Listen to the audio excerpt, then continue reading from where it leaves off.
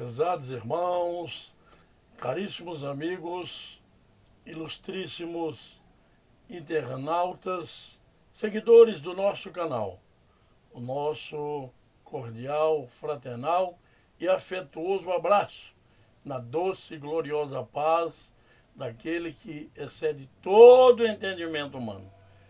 De volta ao nosso canal, muito nos apraz saber que os nossos ilustres seguidores fiéis sempre estão considerando os nossos vídeos. A você que já se inscreveu, minha gratidão. A você que vai se inscrever, também gratíssimo. A você que curte, a você que compartilha, a você que tece as suas considerações, escrevendo nos nossos vídeos, que Deus possa abençoá-lo e retribuir o seu carinho, a sua atenção e o seu apreço.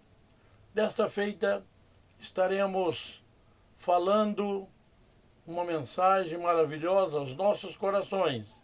Estaremos ministrando como ministro de Deus, como pastor e também como psicanalista.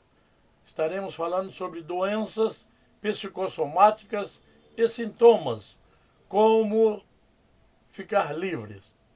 O texto bíblico está em Salmos 34, versículo 19, que diz: muitas são as aflições do justo, mas o Senhor o livra de todas.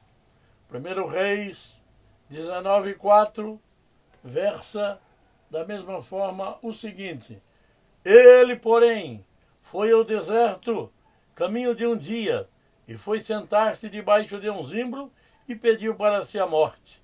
E disse: já basta, ó Senhor, toma agora a minha vida, pois não sou melhor do que os meus pais.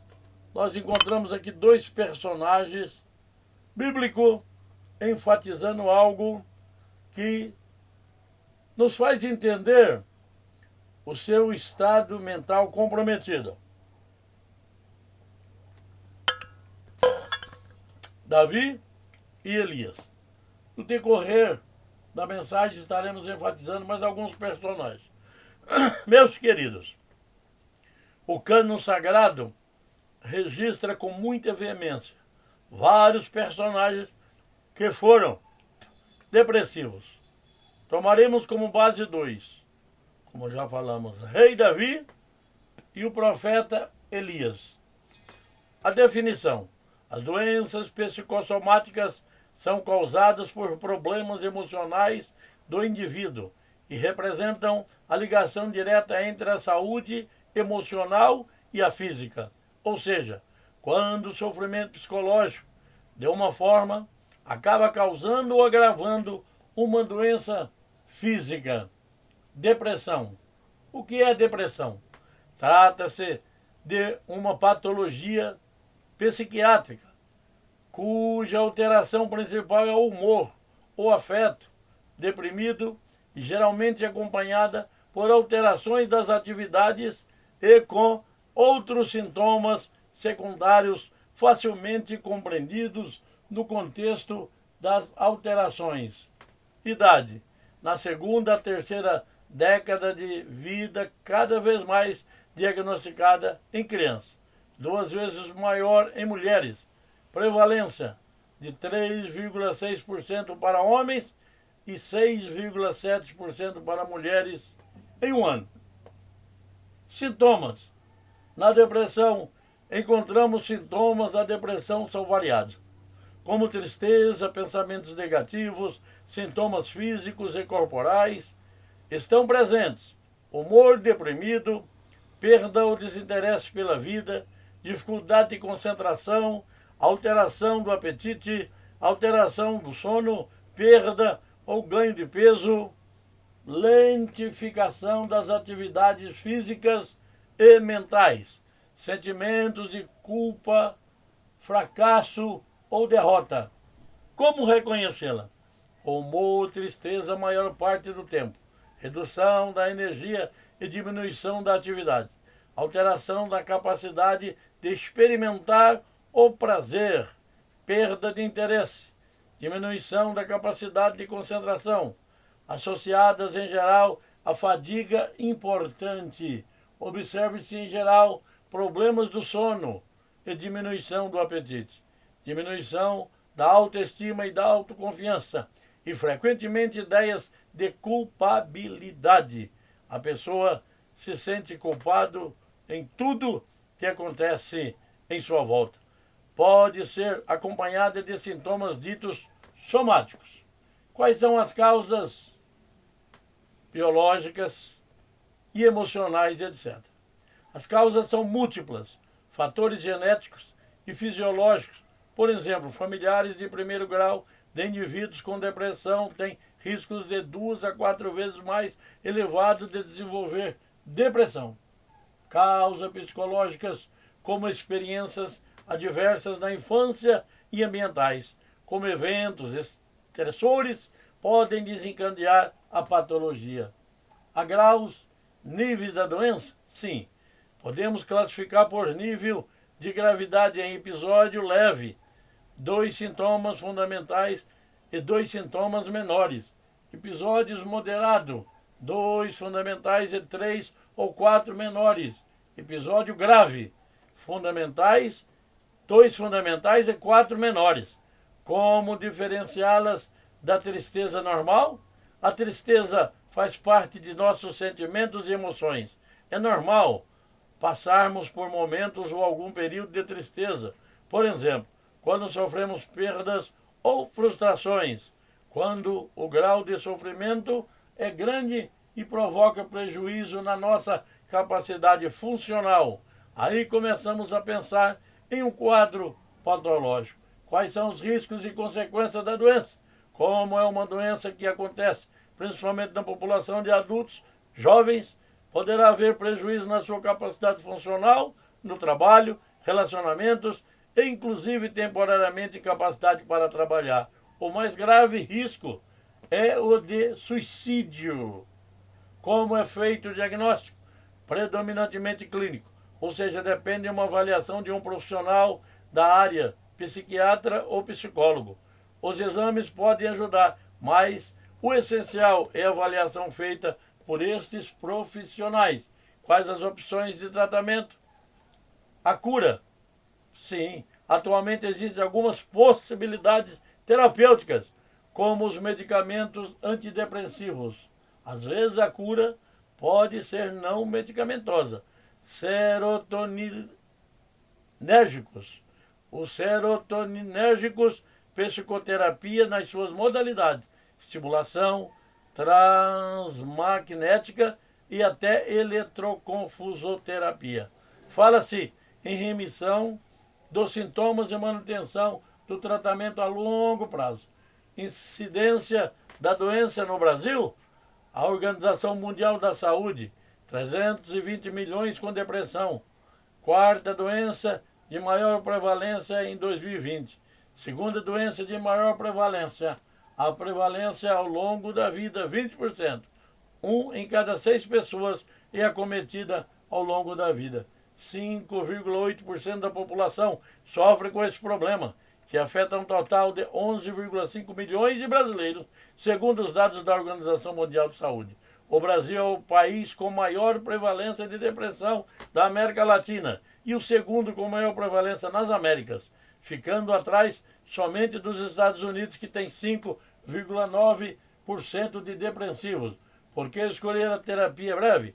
O diferencial da terapia breve é justamente a sua objetividade e brevidade se comparada a tratamentos convencionais. Ela é focada em resolver a raiz do seu sofrimento, não apenas em tirar sintomas. Ao contrário do tradicional, volta semana que vem para a próxima sessão, onde na maioria das vezes o real problema não é solucionado, gerando ainda mais dor e frustração para o paciente.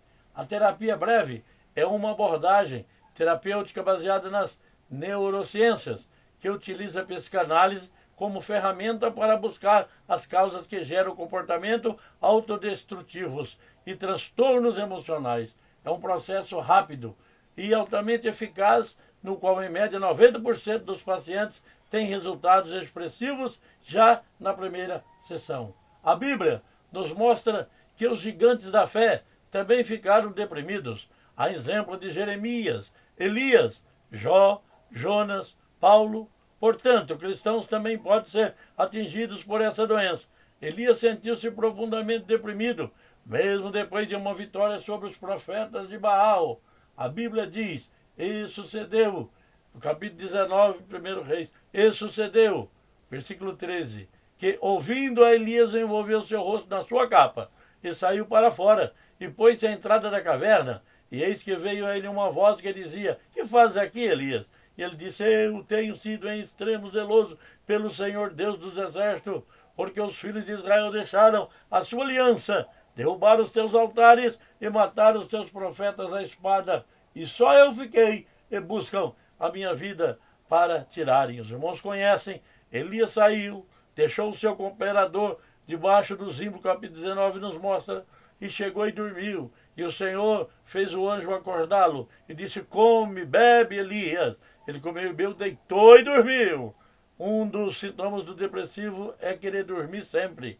A segunda vez, o anjo tocou e disse, levanta, acorda, come, bebe, porque é longa a tua jornada. E com a força daquela comida, ele caminhou 40 dias, não é? E aí, lá na caverna, o Senhor o chamou e ele saiu.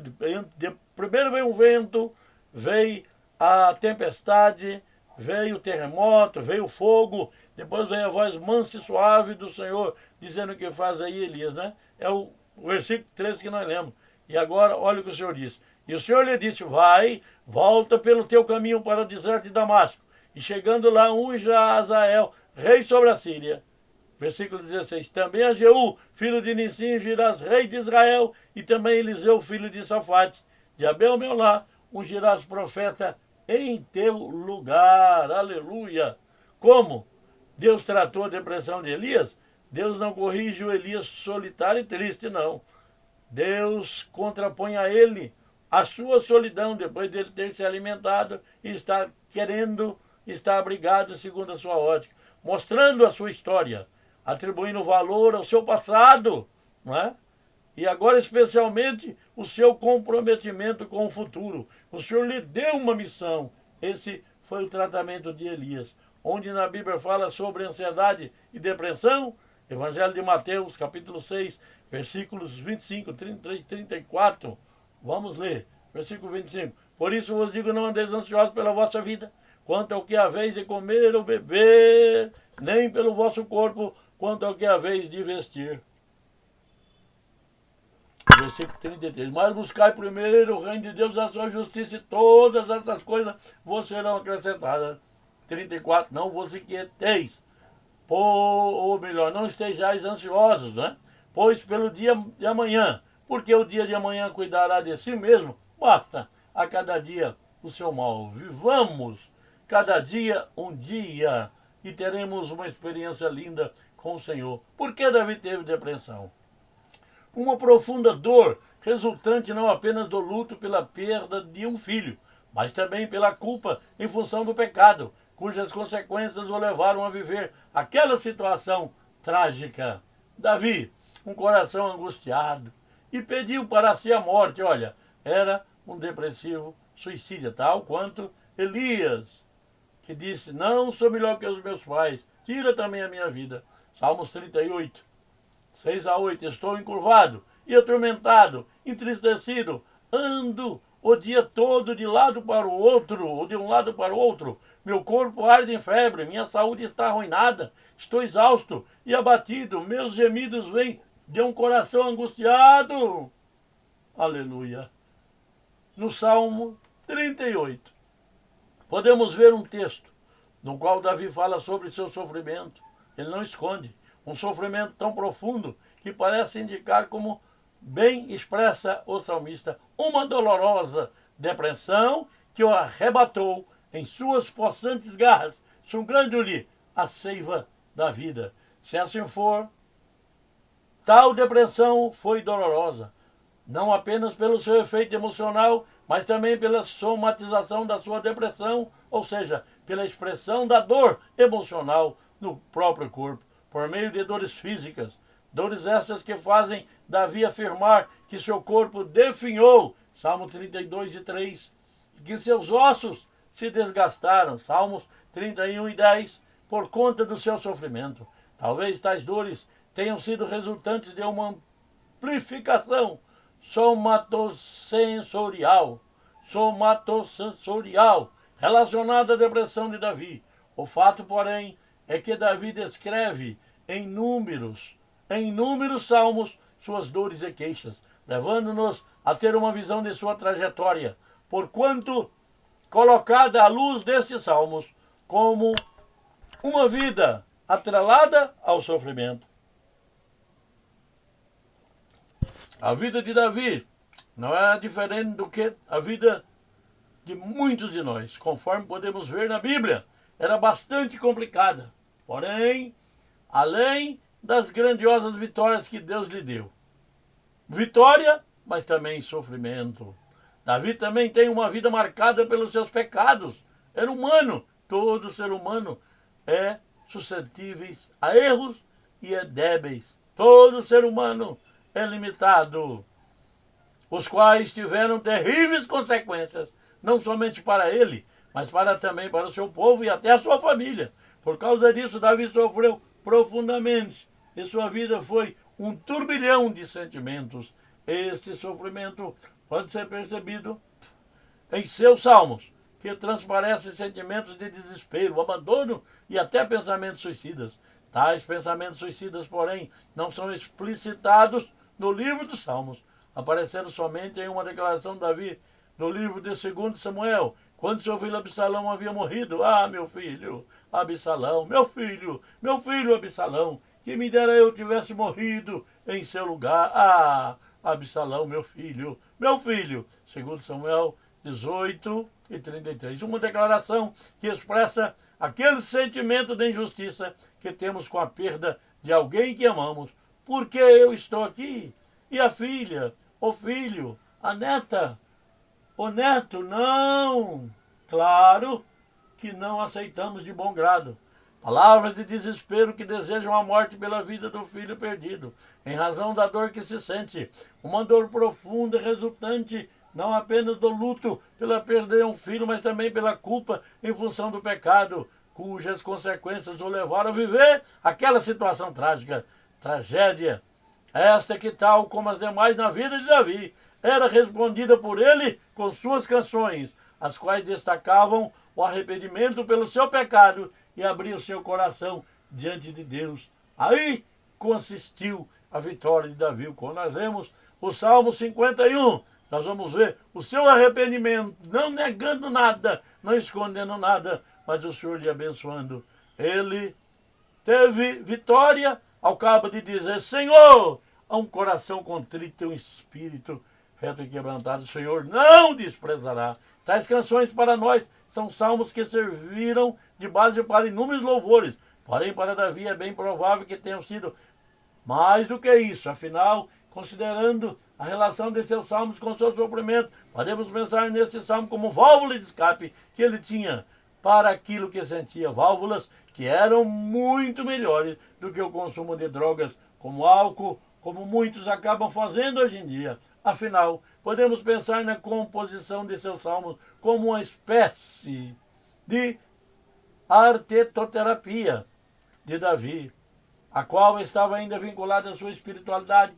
E estas arteterapia, a espiritualidade, são meios de busca do sentido da vida, onde juntas podem direcionar mais efetivamente e satisfatoriamente essa procura. Uma procura cuja resposta era encontrada por Davi por meio da sua exposição diante de Deus e o seu arrependimento, que ele resgatavam o sentido da vida. Talvez seja por conta deste duplo aspecto da exposição e arrependimento que Davi tenha sido um homem segundo o coração de Deus. 1 Samuel 13:14. Afinal, quando Deus afirma que Davi fará o que for da minha vontade, Atos 13:22, com certeza não pensou em Davi como alguém perfeito, uma vez que Davi estava longe de ser perfeito, mas considerou seu arrependimento, uma vez que o Senhor olha para o coração quebrantado. Por exemplo, 1 Samuel 16:7.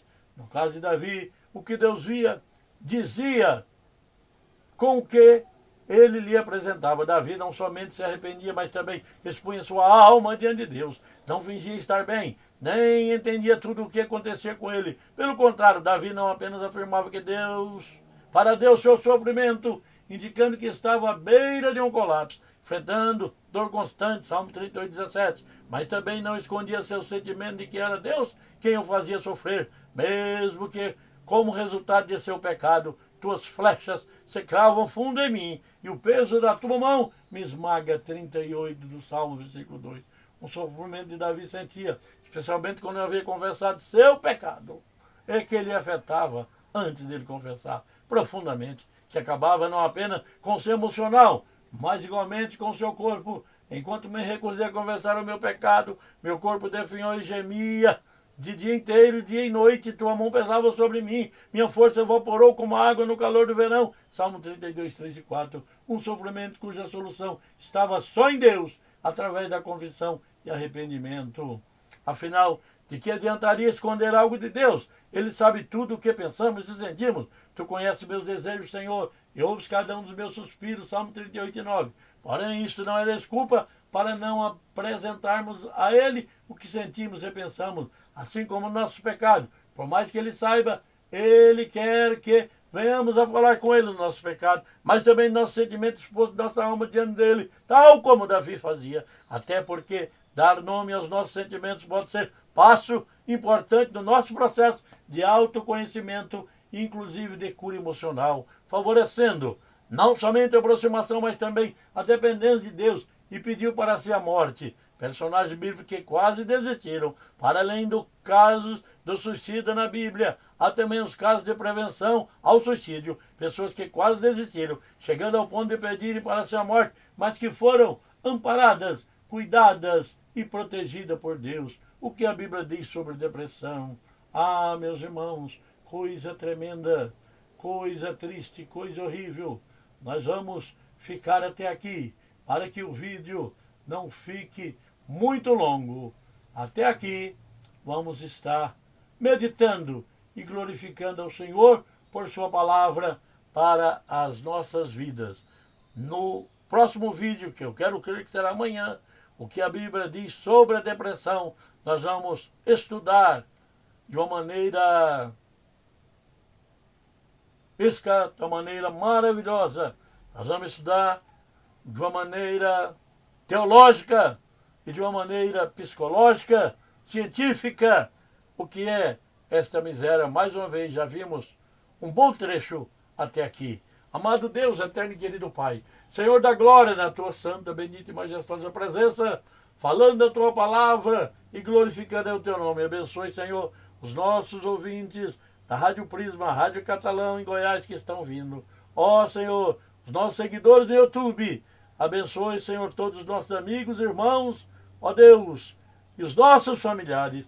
Abençoe a liderança da nossa igreja. Abençoe todo o nosso país, a liderança e todos os poderes constituídos. Guarde as nossas vidas, vá curando, vá repreendendo toda depressão, toda ansiedade, toda doença psicossomática. Aqueles que estão nos hospitais, UTIs, em um leito de enfermidade, até em seu lar. O Senhor é o Deus que cura, o Jeová Rafa, o Deus que sara, e o Jeová Jireh, que providencia aquilo que precisamos. Te louvamos, agradecemos e glorificamos ao teu nome. Amém.